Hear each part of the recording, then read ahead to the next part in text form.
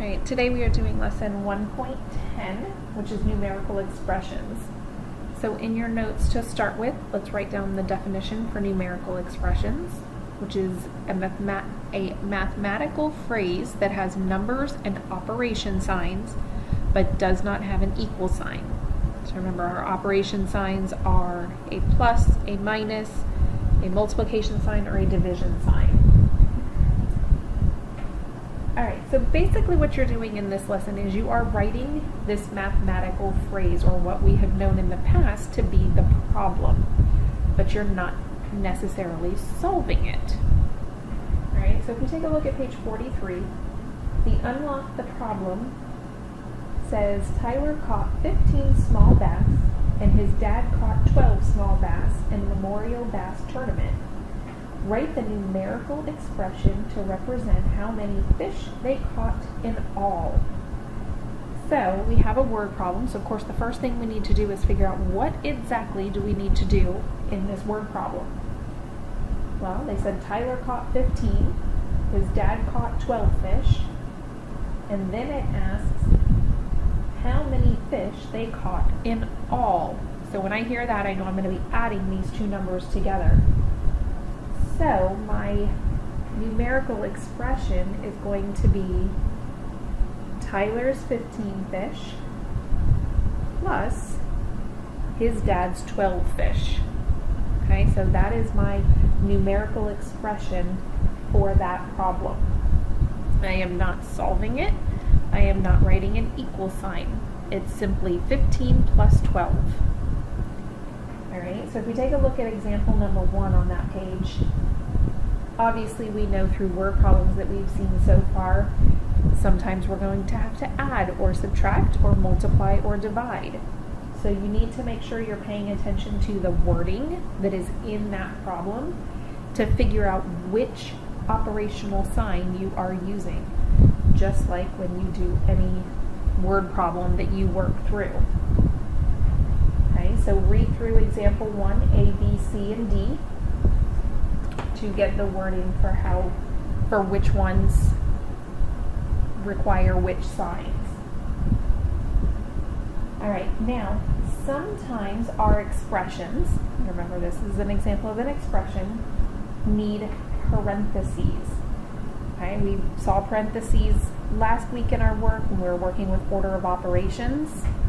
Okay, it tells us what needs to be done first within that problem. So the words within the problem are going to tell you where those parentheses need to be placed. Now, when you are reading these word problems that are going to require parentheses, you need to make sure you are reading the whole problem before you are identifying where those parentheses go. Okay, so make sure you read through the whole problem before you start putting in your parentheses. So if we take a look at example number 2 on page 44, it says Doug went fishing for 3 days. Each day he put $15 in his pocket. At the end of each day he had $5 left. How much money did Doug spend at the end of the trip? Okay, so this one is example 2. So the key things in this problem is that he was there for 3 days, that he put $15 in his pocket each day,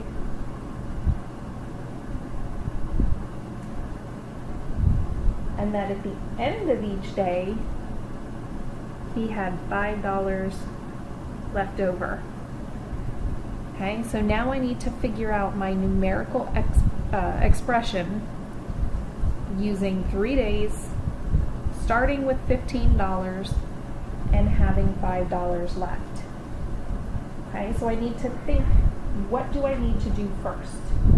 Okay, so first I need to figure out how much money each day he spent.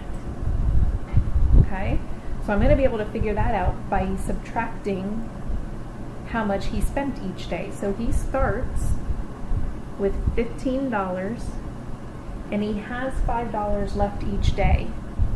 So when I subtract these, it's going to tell me how much money he spent every day. Now, the problem told me he went for 3 days. Okay, so he didn't just do this once, he didn't do it twice, he did it 3 times. So I know that this is what I'm going to need to multiply by 3. Let me zoom in just a little bit.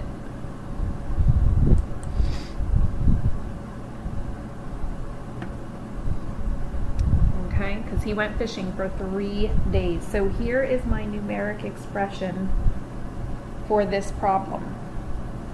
Okay, so he went fishing for 3 days, started each day with $15, had $5 at the end of every day.